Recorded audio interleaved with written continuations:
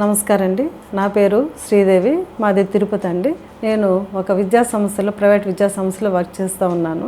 నాకు ఎన్ని హాస్పిటల్ తిరిగే కొద్దీ అది ఇంప్రూవ్మెంట్ లేదు, కానీ ఎక్కువ అవుతా వచ్చినప్పుడు మానసికంగా నేను చాలా నలిగిపోయాను. తర్వాత వచ్చి ఫ్యామిలీ పరంగా కూడా వీళ్ళకి చాలా సమస్య నేను తెచ్చిపెడుతున్నానేమో అని ఒక మనోవేదన.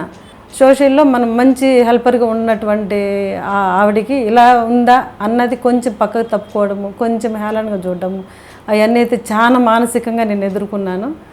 మ్యాక్సిమం నేను కూర్చొని ఒకరోజు అంతా లెక్కేసుకుంటే 15 లక్షల దాకా నేను పెట్టేశాను. ఒక మానసిక ఒత్తిడికి నేను సూసైడ్ అటెంప్ట్ కూడా చేసుకున్నాను.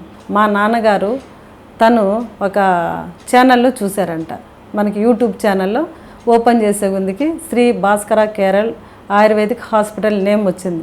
మేడం గారు ట్రీట్మెంట్ మీరు 21 డే మీరు ఇక్కడే స్పెండ్ చేయండి, మీకు నయమైపోతుంది ఖచ్చితంగా, దాంట్లో డౌటే లేదు. శ్యామల మేడం గారికి ధన్యవాదాలు తెలుపుకుంటాను. ఎందుకంటే తను ఇచ్చిన ధైర్యానికి నాకు ఆత్మస్థైర్యం చాలా నచ్చింది. నాకు టోటల్ ట్రీట్మెంట్ వచ్చి 21 డే అన్నారు. నేను 10 డేస్ మొత్తం టోటల్గా ట్రీట్మెంట్ తీసుకున్నాను. ఇంకా 11 డేస్ కూడా కంటిన్యూ చేసేస్తున్నాను.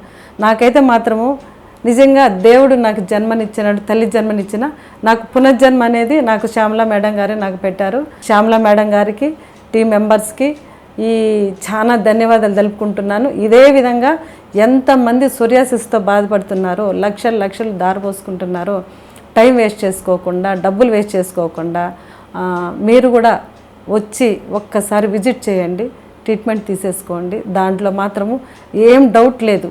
21 డే కాకపోతే మీరు 1 డే ఉన్నా కూడా మీకు రిజల్ట్ అనేది తెలుస్తుంది. అందరికీ ధన్యవాదాలు.